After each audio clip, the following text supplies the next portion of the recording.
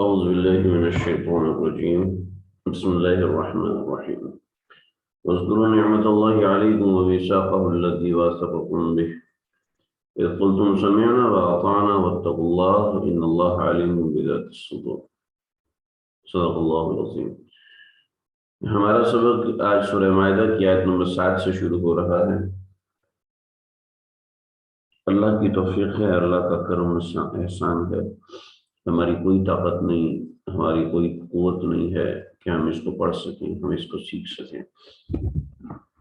قرآن مجید سیکھنے کی یہ جو ہماری کوشش ہے، اللہ سے دعا ہے اللہ تعالیٰ اس کوشش کو پائے تکمیل تک پہنچائے۔ میرا ابھی تو کوئی مکمل طور پہ اس کو شروع کرنے کا ارادہ نہیں تھا، لیکن اللہ کی شان دیکھیں کہ جن لوگوں نے مجھے کہا تھا یہ شروع کرنے کا، ان میں سے کوئی بھی ہمارے ساتھ نہیں ہے، اور جن لوگوں نے کبھی کہا بھی نہیں ہے وہ لوگ مستقل ساتھ ہیں، مستقل پڑھ رہے ہیں، سبق بھی چیک کراتے ہیں۔ تو میں یہ سمجھتا ہوں کہ یہ اللہ کی توفیق ہے کہ ہم کسی بھی طریقے سے ٹوٹ پھوٹ کر، ٹوٹے پھوٹے انداز میں کسی بھی طریقے سے چل رہے ہیں، پڑھنے کی فکر کر رہے ہیں اور آگے بڑھ رہے ہیں۔ اور اللہ کا شکر ہے کہ اللہ تعالیٰ ٹوٹے پھوٹے طریقے سے پڑھنے کی، سمجھنے کی قرآن مجید کو یہ توفیق عطا فرما رہے ہیں، اس پہ اللہ کا شکر ادا کریں۔ باقی نظم اور نظام ہمارے اختیار میں ہوتا ہے، اس میں ہم لوگوں نے بہت سستی دکھائی ہے۔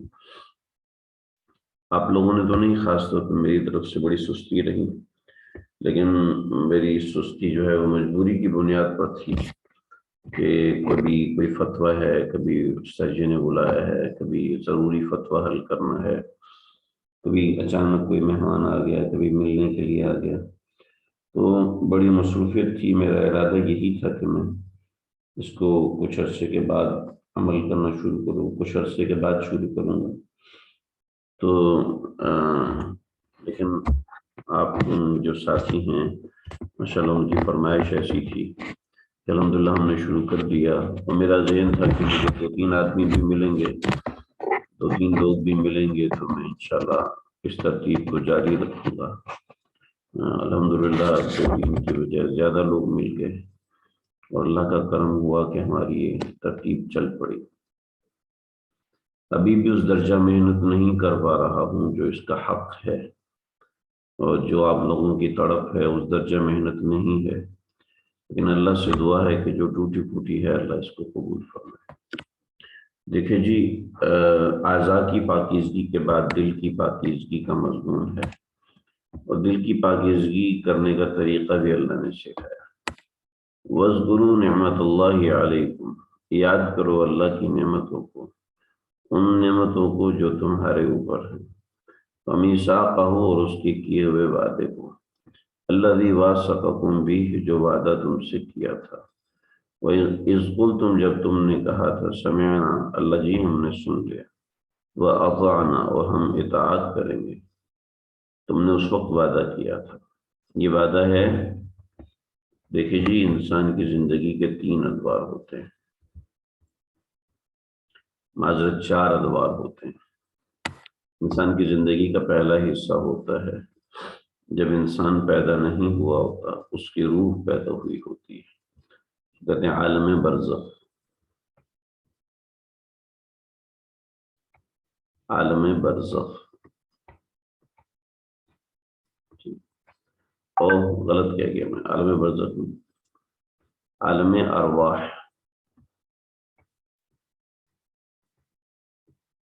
ٹھیک ہے جی۔ دوسرا عالم دنیا، ٹھیک ہے۔ تیسرا ہے عالم برزخ،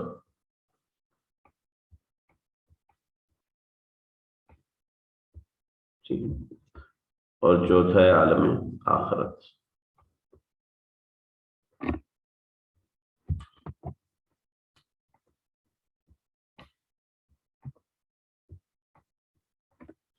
ٹھیک ہے جی۔ عالم ارواح کے کچھ حالات اللہ نے ہمیں بتائے، ان میں ایک حال یہ ہے جو ان آیات کے اندر ہے، یہ جو ان آیات کے اندر بیان ہے یہ عالم ارواح کا بیان ہے، ٹھیک ہے۔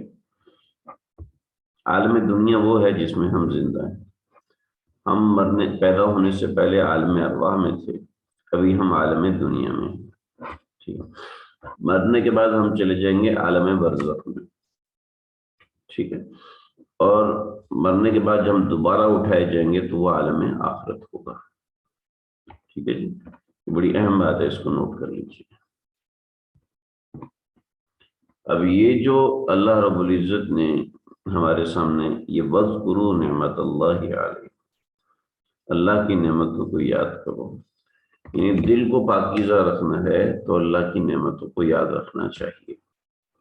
دل کو پاک رکھنے کے لیے اللہ کی نعمتوں کو یاد کرنا، اللہ کی نعمتوں کا شکر ادا کرنا یہ ضروری ہے، اس سے دل کی پاکیزگی حاصل ہوتی ہے۔ اعضاء کی پاکیزگی وضو کرنے سے آتی ہے، اور دل کی پاکیزگی جو ہے اللہ کو یاد کرنے سے آتی ہے۔ اور اللہ کو کیسے یاد کیا جائے؟ اللہ کی نعمتوں سے یاد کیا جائے۔ دیکھیں جی، دو طریقے بتائے، تین طریقے بتائے۔ نمبر ایک، اللہ کی نعمتوں کو یاد کرو۔ نمبر دو، اللہ سے ڈرو۔ اور تیسرا، آپ نے جو اللہ سے وعدہ کیا تھا، کہاں پر کیا تھا جی؟ عالم ارواح میں کیا تھا۔ اللہ نے سب انسانوں کو جمع کیا، اور جمع کرنے کے بعد فرمایا الست بربکم، کیا میں تمہارا پروردگار نہیں ہوں؟ تو ہم سب نے کہا تھا جی ہاں، آپ ہمارے پروردگار ہیں۔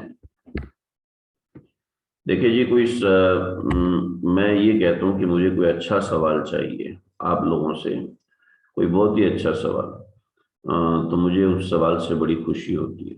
چنانچہ ہمارے چند ساتھیوں نے ایسے الٹے سوال کرنا شروع کیے، میں ان سے کبھی یہ آپ سے متعلق نہیں ہے، تو ان کے بارے میں مجھے پتہ چلا، وہ کہتے ہیں ہم نے اتنے مشکل سوال کیے کہ حضرت پریشان ہو گئے۔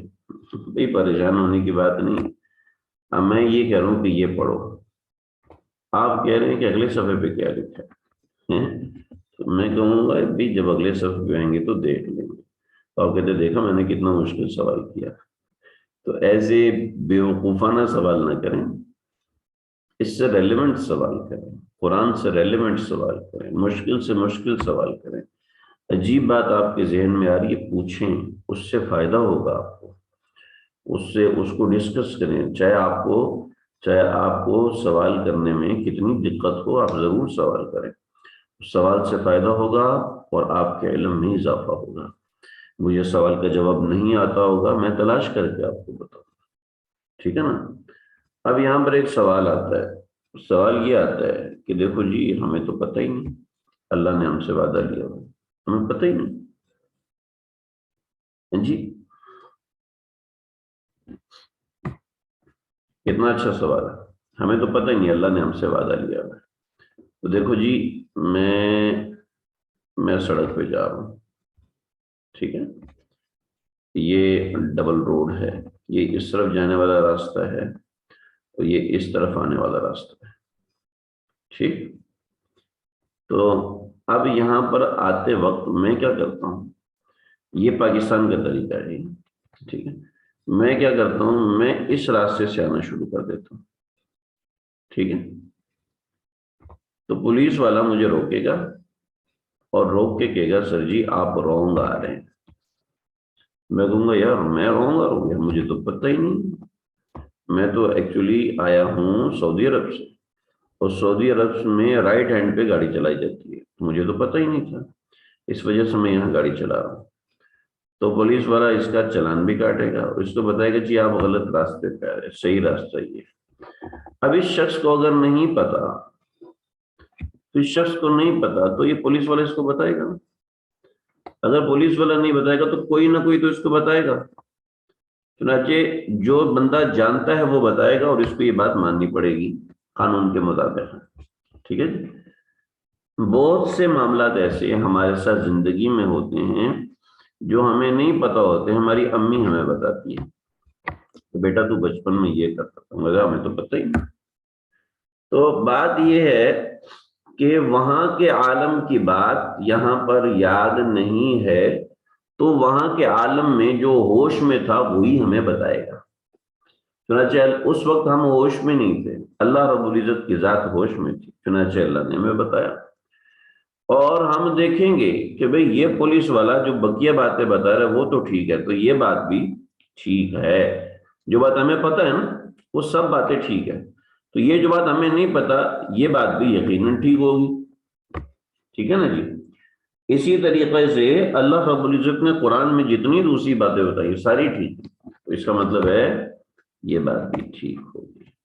یہ ڈاکٹر مجھے جو بھی دوائی دیتا ہے اس سے مجھے فائدہ ہوتا ہے، آرام ملتا ہے. ٹھیک ہے، تو اب آگے والی جو دوائی اس نے مجھے دی ہے اس سے بھی مجھے آرام ملے. ایسی اللہ رب العزت نے قرآن مجید میں جتنی باتیں ہمیں وہ ساری ٹھیک ہیں، تو امید ہے یہ والی بات بھی ٹھیک ہوگی. سمجھ لیں نا میری بات؟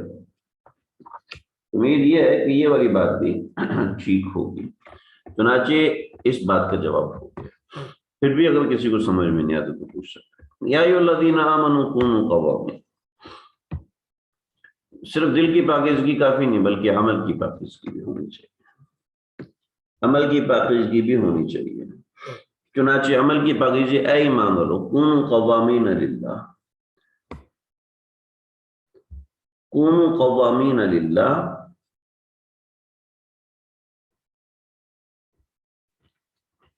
قوام کہتے ہیں تیار، قوام کہتے ہیں بالکل تیار، قوام کہتے ہیں ذمہ دار. ٹھیک ہے، قوام کہتے ہیں تیار، قوام کہتے ہیں مکلف، قوام کہتے ہیں مکلف کو، قوام کہتے ہیں رسپانسبل کو. ٹھیک ہے جی. قوام کہتے ہیں جو شخص فرما بردار ہوتا ہے اس کو. یا ایھا الذین آمنوا، اے ایمان کونوا قوامین للہ، اللہ کے فرما بردار بن جاؤ. سمجھے جی. کونوا قوامین للہ، اللہ کے احکامات کی فرما برداری کرنے والے بن جاؤ. ٹھیک ہے. ایک ترجمہ بہت ہی اچھا، جو سب سے اچھا شیخ الاسلام حضرت مفتی تقی عثمانی صاحب نے کیا، وہ بڑا مزیدار ترجمہ ہے. یا ایھا الذین آمنوا کونوا، اے ایمان والو ایسے بن جاؤ، قوامین للہ، قوامین للہ، اللہ کے احکامات کے اوپر عمل کرنے کے لیے تیار. قوامین للہ، اللہ کے احکامات پر عمل کرنے کے لیے ہر وقت تیار. شہداء بالقسط، انصاف کی گواہی دینے والے بنو. ٹھیک ہے، یعنی صحیح بات کرنے والے بنو، انصاف کی گواہی دینے والے بنو. سمجھ لیں جی. اس سے عمل کی پاکیزگی آئے گی. چنانچہ ولا یجرمنکم شنآن قوم، انصاف یہ ہے کہ اگر کسی نے آپ سے زیادتی کی تو آپ اس سے زیادتی کر سکتے ہو، لیکن زیادتی کسی نے کی، زیادتی اس نے کی، اس کی زیادتی کی بنیاد پر اس کی ساری قوم کے دشمن بن جاؤ، یہ ٹھیک نہیں. چنانچہ صحابہ کرام نے دیکھا کہ فلاں قبیلے کا شخص ہے، پیچھے میں نے واقعہ سنایا تھا، فلاں قبیلے کا شخص ہے، وہ یہاں سے گیا اور اس نے بے وفائی کی ہے اور ایسا ایسا معاملہ کیا ہے. چنانچہ جب اس کی قوم کو دیکھا تو کہا کہ ہمیں حکم دیں کہ ہم ان کو چھوڑیں گے نہیں. وَلَا يَجْرِمَنَّكُمْ شَنَآنُ قَوْمٍ، تمہیں موٹیویٹ نہ کرے، تمہیں ابھارے نہیں، تمہیں اکسائے نہیں. شنآن قوم، کسی قوم کی دشمنی، کسی قوم کا تعصب، اللہ اس بات پر کہ اللہ تعدلو، کہ تم ان کے ساتھ انصاف کا معاملہ نہ کرو. اعدلوا، انصاف کا معاملہ کرو. ہوا اقرب للتقوی، یہ تقوی کے زیادہ قریب. واتقوا اللہ، ڈرو اللہ تعالیٰ سے. ان اللہ خبیر بما تعملون، دل کو تباہ کرنے والا تعصب ہے، دل کو تباہ کرنے والی چیز تعصب ہے. چنانچہ اللہ نے قانون کی پاکیزگی دکھا دی کہ دیکھو دشمن بھی ہے نا، اس کے ساتھ قتل کرو. وعد اللہ، جو اس پہ عمل کرے گا، اللہ کو اخروی وعدہ ہے، جو اس پہ عمل کرے گا، وعد اللہ الذین آمنوا وعملوا الصالحات، اللہ نے جو ایمان لاتے ہیں عمل صالح کرتے ہیں ان کے ساتھ وعدہ کیا ہے کہ لہم مغفرۃ واجر عظیم، ان کے لیے مغفرت ہے اور اجر عظیم ہے۔ جو عہد الہی کی پابندی نہیں کرتے، ٹھیک ہے، ان کے ساتھ والذین کفروا وکذبوا بآیاتنا اولئک اصحاب الجحیم، ترجمہ کرنے کی ضرورت نہیں، آپ کو آ جانا چاہیے اس کا ترجمہ۔ یا ایھا الذین آمنوا، اے ایمان والو، اذکروا نعمت اللہ علیکم، اللہ کی اس نعمت کو یاد کرو، اذ ہم قوم، جب قوم نے ارادہ کیا ان یبسطوا الیکم ایدیکم، کہ تمہاری طرف وہ ہاتھ بڑھیں، فکف ایدیہم عنکم، تو اللہ نے ان سے تمہارے ان کے ہاتھ تم سے روک دیے، یعنی اللہ کی نعمتوں کو یاد کرو، اور اللہ کی نعمتوں کو یاد کرتے ہی رہو۔ دل کی پاکیزگی کے لیے اللہ کی نعمتوں کو یاد کرنا بہت بڑی بات ہوتی ہے۔ مجھے اپنے متعلق جو خواتین ہوتی ہیں خاص طور پر، اور مرد حضرات جو ہوتے ہیں عام طور پر، ان سے سب سے بڑا شکوہ یہی ہوتا ہے کہ ہم لوگ شکر گزار نہیں ہیں، ہم لوگ نعمتوں کو یاد نہیں رکھتے، ہم کوتاہیوں کو یاد رکھتے ہیں۔ حالانکہ اور ہم دیندار لوگ، یعنی جو معاشرے میں مشہور ہیں دیندار لوگ، تو ہم دیندار لوگ تو بہت ہی قابل مذمت ہیں، بہت ہی قابل مذمت ہے۔ وجہ اس کی ہے کہ ہم جس وقت شکوہ کر رہے ہوتے ہیں اس وقت بھی ان کی نعمتوں کو یاد کر رہے ہوتے ہیں، پھر بھی شکوہ کر رہے ہوتے ہیں۔ یعنی جس چیز کو اللہ نے علاج قرار دیا ہے، ہم اس علاج کو منہ سے بول رہے ہوتے ہیں، منہ سے بولتے ہوئے بھی شکوہ کر رہے ہوتے ہیں۔ جو دنیا دار قسم کے لوگ ہیں، اگر ان کو یاد دلایا جائے کہ دیکھو تمہیں یہ نعمت بھی تو ملی ہے، یہ نعمت بھی تو ملی ہے، وہ کہتے ہیں ہاں ہاں ہاں ہمیں نعمت ملی ہوئی ہے، اللہ کا شکر ہے، اللہ کا احسان ہے، میرا اس پر دھیان نہیں تھا، اللہ مجھے معاف کرے۔ لیکن عام دیندار لوگ اس نعمت کا تذکرہ کرتے ہوئے کہتے ہیں یہ نعمت تو مجھے ملی ہوئی ہے، یہ نعمت تو ملی ہوئی ہے، لیکن یہ کیا حشر، یہ کیا بگاڑا ہوا، اس سے بڑی تکلیف ہوتی ہے، اس سے بڑا مسئلہ ہوتا ہے، اس سے بڑا فلاں ہوتا ہے، اس سے، یعنی دنیا دار آدمی کہتا ہے یار اللہ مجھے معاف کرے، میں غیبت کر رہا ہوں، استغفر اللہ استغفر اللہ، بھائی بس غلطی ہوگی، کمی ہوگی، کوتاہی ہوگی، اللہ مجھے معاف کر دے، میں نے آج تو بہت بڑی غیبت کی، میں نے تو آج بہت بڑا جھوٹ بولا، وغیرہ وغیرہ۔ اور ہم دیندار لوگ کیا کرتے ہیں، ہم کہتے ہیں اللہ معاف کرے، کہنا تو نہیں چاہیے، لیکن نا یہ بندہ تو ایسا ہے نا کہ بندہ اس کو نچوڑ کے رکھتے، یہ بندہ تو بس اس کی تو بات ہی نہ کرو نا، اللہ معاف کرے کہنا تو نہیں چاہیے، یعنی ساتھ ساتھ ہم معافی بھی کر رہے ہوتے ہیں، اور ساتھ یعنی وہ معافی ہمارے حلق سے نیچے اتر ہی نہیں رہی ہوتی، وہ نعمتیں ہمارے حلق سے نیچے اتر ہی نہیں رہی ہوتی ہیں، بس ہم صرف نعمتوں کا نام گن رہے ہوتے ہیں تاکہ ہمیں کوئی سمجھا نہ سکے، ہمیں کوئی بتا نہ سکے۔ تو یہ بڑی قابل مذمت بات ہے، یہ بڑی تکلیف دہ بات ہے، دل بھسم ہو جاتا ہے اس طریقے سے۔ اللہ بار بار نعمتوں کو ذکر کرنے کا، بار بار نعمتوں کو یاد کرنے کا کہہ رہے ہیں، اور ہمارے دل اتنے سخت ہو چکے ہیں کہ ہم ان نعمتوں کے اوپر کفران کرتے ہوئے ناشکری کر رہے ہوتے ہیں، ان نعمتوں کی ناشکری کرتے ہوئے کر رہے ہوتے ہیں۔ ایک واقعہ یہاں پہ میں نے لکھا ہے کہ غورس نام کا آدمی تھا بنی غطفان سے، اور اس نے یہ معاملہ کیا، اب اس واقعے کو پڑھ لیجئے گا، لیکن یہ اسپیسیفک ایک واقعہ نہیں ہے، بہت سے مقامات پر اللہ رب العزت نے مسلمانوں کی مدد فرمائی، بہت سے مقامات پر اللہ رب العزت نے مسلمانوں کی حفاظت فرمائی ہے۔ تو بعض مفسرین نے وہ سارے واقعات یہاں پہ لکھے، بعض مفسرین نے کوئی ایک واقعہ لکھا ہے، بعض مفسرین نے جیسے بطور مثال جنگ کے اندر کفار نے یہ پلان بنایا کہ مسلمان جس وقت نماز پڑھیں گے اس وقت ہم ان پہ حملہ کر دیں گے اور ان کو ختم کر دیں گے، ٹھیک ہے نا، تو اللہ رب العزت نے صلاۃ خوف کا حکم نازل فرمایا، صلاۃ خوف کا حکم پیچھے گزر چکا ہے، تو اس وقت اللہ رب العزت نے یہ معاملہ کیا۔ ایک مرتبہ ایک کافر آیا، اس نے تلوار اٹھائی، کہا محمد آپ کو مجھ سے کون بچائے گا، تو آپ نے فرمایا کہ مجھے اللہ بچائے گا۔ اس طریقے سے غزوہ احد میں، غزوہ بدر میں اور بے شمار مقامات ایسے، ٹھیک ہے جی۔ تو یہاں تو اللہ نے بیان کر دیا، اللہ رب العزت نے قرآن میں کوئی بھی ایسی بات نہیں فرمائی کہ جو صرف اسی وقت کے ساتھ اسپیسیفائڈ ہو، سمجھے میری بات؟ اللہ نے قرآن مجید میں جو بات فرمائی ہے آپ یقین کیجئے، اور یہ یقین اور عقیدہ رکھیے کہ یہ آیت، یہ جو میں نے آیت بڑی کی ہے، یہ آیت صرف صحابہ کے لیے نہیں اتری، بلکہ یہ آیت میرے لیے بھی اتری ہے اور آپ کے لیے بھی اتری ہے۔ اس آمنو کے اندر اس آمنو کے اندر آپ یقین کریں، آپ عقیدہ رکھیں کہ میں بھی ہوں اور آپ بھی ہیں، سمجھ رہے ہیں؟ چنانچہ یاد رکھیں کفار نے کئی مرتبے میرے اوپر ہاتھ بڑھایا ہے، کفار نے کئی مرتبے عمر، خالد، بکر صاحب آپ پر ہاتھ اٹھایا ہے، لیکن اللہ تعالیٰ نے ہماری حفاظت فرمائی ہے، سمجھ رہے ہیں؟ چنانچہ اس بات پہ اللہ کا شکر ادا کیجیے کہ کئی مرتبے تکلیفیں ہماری طرف امڑ کر آئی ہیں، اللہ نے ہماری حفاظت فرمائی، کئی مرتبے مصائب ہماری طرف چھلانگے مار کے سیلاب کی شکل میں آئے ہیں، لیکن اللہ تعالیٰ نے ان مسائل سے میری اور آپ کی حفاظت فرمائی ہے۔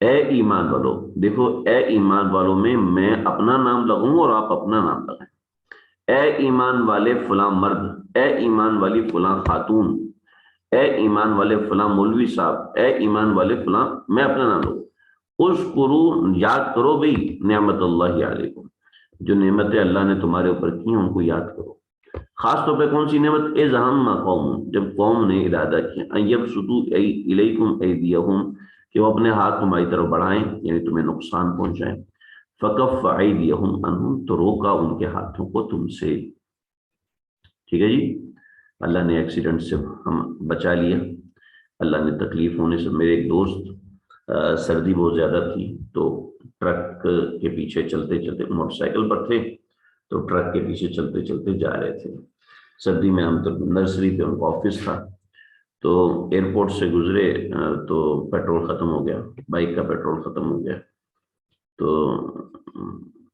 تو دل ہی دل میں نا کہنے لگے ایک تو سردی اتنی، بس میں غریب انسان ہوں اور میرے پاس دستانے خریدنے کے پیسے نہیں، اور میری فلاں فلاں تکلیف ہے، اوپر سے پیٹرول ختم ہو گیا، بائک کا سیٹ کے لے جانی پڑ رہی ہے، لے کے گئے وہاں سے تھوڑا سا پیٹرول ڈلوایا، آگے بڑھے تو شہر فیصل پہ پہنچے، جس ٹرک کے پیچھے انہوں نے بائک لگائی تھی تاکہ ٹھنڈی ہوا نہ پڑے، سردی کا موسم تھا، تو آپ نے دیکھا ہوگا بہت سے لوگ ٹرک کے پیچھے یا بڑی گاڑی کے پیچھے اپنی بائک لگا لگا کے جا رہے ہوتے ہیں، تو کہنے لگے جب وہاں پہنچا ہوں تو میرے پاؤں تلے سے زمین نکل گئی کہ وہ ٹرک کھڑا ہوا تھا، اور یہ تقریباً آج سے 3 سے 4 سال پہلے کی بات ہے، آپ ممکن ہو تو خبریں بھی چیک کر سکتے ہیں، اخبار بھی چیک کر سکتے ہیں کہ ٹرک کے پیچھے جا رہے تھے اور وہ اس ٹرک کی جو ٹینک میں بلاسٹ ہوا، اور وہ ٹرک تو شارع فیصل پہ اسی وقت اڑ گیا، اس کے دائیں بائیں 2-3 موٹر سائیکل والے تھے وہ بھی گئے، اور 1-2 گاڑیاں بھی ڈیمیج ہوئیں، تو اللہ تعالیٰ نے کہنے لگا اوف، میں کتنے شکوے کر رہا تھا اور اللہ تعالیٰ نے میری جان بچانے کے لیے میری بائک میں پیٹرول ختم کروا دیا، یہ کب سے اللہ کی پلاننگ چل رہی ہے کہ میرے دماغ سے نکال دیا کرتے کرتے کرتے تو پیٹرول ختم ہوا، تو کیسے اللہ رب العزت نے میری حفاظت فرمائی اس سے، اور ہم سمجھ ہی نہیں پاتے کہ اللہ تعالیٰ کس کس مقام سے میری اور آپ کی اور کس کس موقع پر میری اور آپ کی حفاظت فرماتے ہیں۔ واتقوا اللہ، ڈرو اللہ تعالیٰ سے، وعلی اللہ فلیتوکل المؤمنون، اور اللہ ہی پر مومنوں کو بھروسہ کرنا چاہیے۔ ٹھیک ہے جی، ایک مضمون ہمارا مکمل ہوا، ہم بس نہیں کر رہے، آگے تھوڑا سا پڑھیں گے، بہت ہی آسان ہے آگے، دوسرا مضمون آگے شروع ہو رہا ہے، وہ لوگ جنہوں نے عہد الہی سے انحراف کیا، ان کے بارے میں یہاں سے باتیں شروع ہو رہی ہیں۔ خیر میرا خیال بس یہیں پر رکھتے ہیں، آگے مضمون تھوڑا سا دوسرا ایک نئی ترتیب کا مضمون شروع ہو رہا ہے، انشاءاللہ ہم اس کو پڑھیں۔ السلام علیکم ورحمۃ اللہ وبرکاتہ۔